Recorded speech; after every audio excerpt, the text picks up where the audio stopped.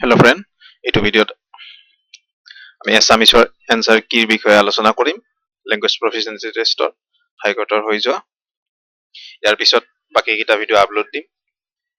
English, reasoning আৰু এপ্টিটিউডৰ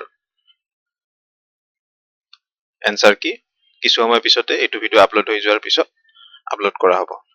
so চাবলৈ নাপাহৰিব। 101 কোৱেশ্চনটো আহিছিলে কাজি আৰু ইয়াৰ শুদ্ধ উত্তৰটো হৈছে অপচন চি। এইটো আনঅফিচিয়েল এনসাৰ কি হয়, কোনো অফিচিয়েল এনসাৰ কি নহয়। কিবা ডাউট থাকিলে কমেন্ট বক্সত কমেন্ট কৰি সুধিব। যদি হস্যইকাৰ থাকিলে হয় তেতিয়াহলে বিচাৰক হল হয়।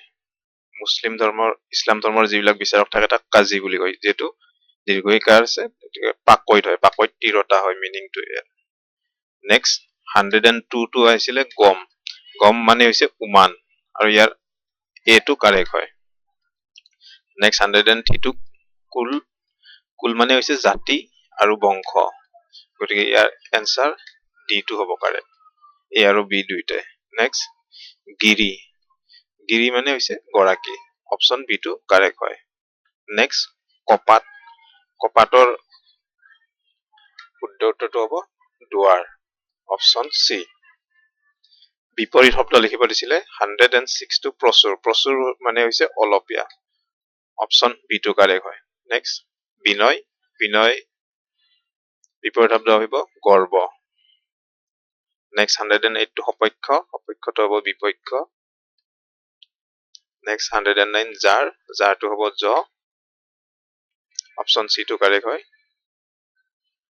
নেক্সট আপচু, এইটোৰ বিপৰীত অৰ্থটো হ'ব সুন্দৰ।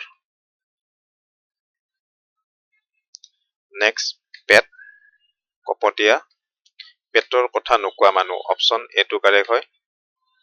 শহাকনীয়া, সদায় সতৰ্ক থকা, অপচন চি কাৰেক্ট হয়। বগলী ভকত, ভিতৰি দুষ্ট বাহিৰে শান্ত, অপচন ডি কাৰেক্ট হয়। গাই বাইছা, কোনো কাম কৰিবলৈ যত্ন কৰা, অপচন এ কাৰেক্ট হয়। নেক্সট 116 নিজৰ ওপৰত যি নিৰ্ভৰ কৰে, স্বাৱলম্বী, অপচন বি কাৰেক্ট হয়। চেলেকি খোৱা বস্তু, লেইহ, অপচন চি কাৰেক্ট হয়। নেক্সট ধান ৰোৱা তিৰতা, ৰোৱনী, অপচন বি টো কাৰেক্ট হয়। 119 পকাত যাৰ জন্ম, অপচন বি পংকজ। নিজৰ ৰূপ যৌৱনক লৈ গৰ্ব কৰা তিৰতা, এই অপচনটো এনসাৰটো ময়ো ভালকে নাজানো। আপোনালোকে যদি জানে কমেন্ট বক্সত কমেন্ট কৰি জনাব। So thanks for watching.